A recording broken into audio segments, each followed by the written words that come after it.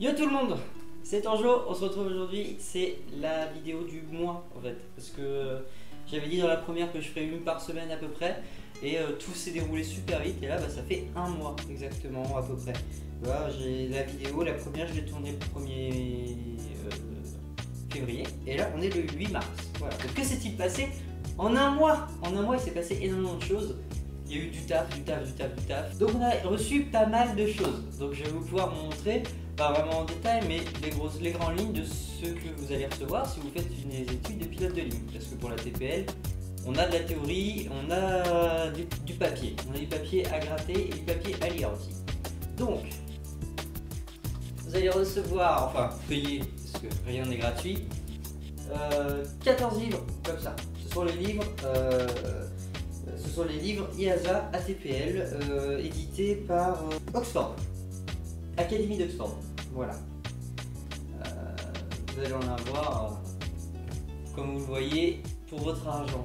C'est qu'est-ce que je fais en plus de ce que j'ai déjà fait. C'est un peu le principe de ces bouquins.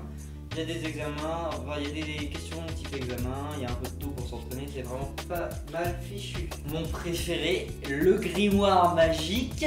Donc on a droit à un magnifique bouquin, un recueil Jefferson en cuir véritable. Ça sent le plastique, mais je pense que c'est en cuir. Là-dedans, on a une succession de magnifiques cartes aéronautiques IFR route, etc. dont on va peut-être jamais se servir parce qu'elles sont toutes périmées depuis 2016. Herlo, c'était très chaud. On a bossé vraiment comme des grosses sans vouloir être...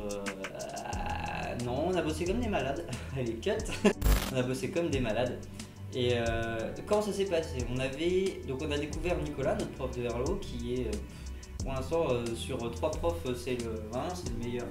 Il a un cours qui est hyper digeste, alors que de la réglementation c'est des trucs que vous allez apprendre en ligne, à apprendre par cœur, machin c'est machin, boum 19 annexes, boum 17 AIP, enfin bref.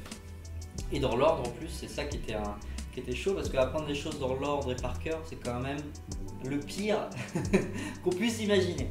Donc c'est 3 semaines d'apprendre par cœur, on a plein de choses, réglementation, par réglementation, peut-on faire ci, peut-on faire ça, les approches, les machins, les cartes, on a vu un peu de cartes, comment on les dessine les cartes, comment on dessine les aéroports, c'est assez dense, Puis niveau évaluation, on avait une évaluation tous les matins, plus un plus one game. Le plus one game c'est un délire total, mais ça on en reparlera dans la vidéo sur la Herlo.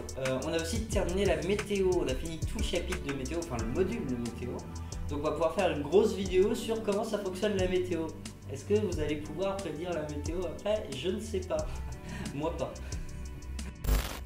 On va pouvoir parler d'examen, parce qu'on a eu pas mal de notes. En Herlo, une note par jour, ça commence à faire, tu vois. Donc on a une moyenne qui reflète un petit peu ce qu'on a fait pendant un mois et demi, un truc comme ça.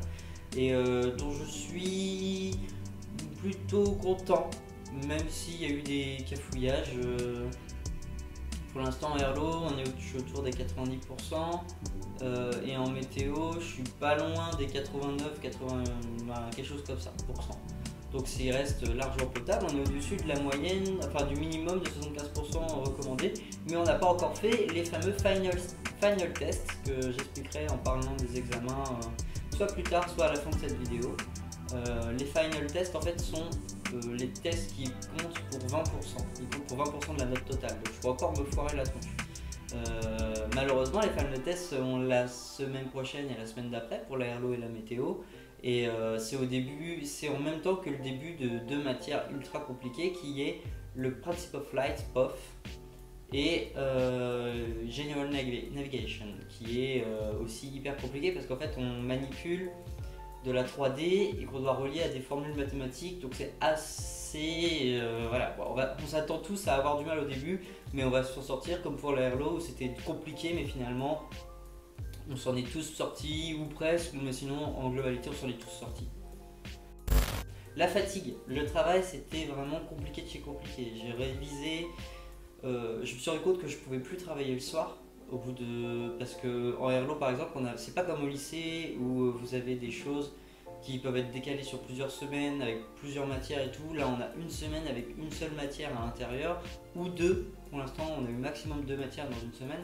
Et du coup tu as beaucoup de choses du jour pour le lendemain. Mais la quantité de travail c'est la même que si c'était pour dans 2 semaines. C'est ça le souci.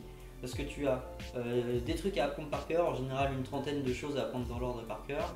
On a des vidéos à étudier, on a une présentation, enfin un oral à préparer et tout ça du jour pour le lendemain. Avec le sujet qu'on a le soir et tout. Et c'est hyper compliqué et j'ai découvert qu'en fait en dormant tôt et en me levant très tôt pour bosser, j'étais plus frais le matin. Donc si ça peut vous servir de conseil pour vos études, vos carrières, pour tous ceux qui regardent un petit peu, moi j'ai besoin de dormir et le soir en étant fatigué j'arrive pas à travailler. Donc autant se lever à 5h du mat et se mettre au taquet dès le matin. Bon, je vais retourner bosser. Salut!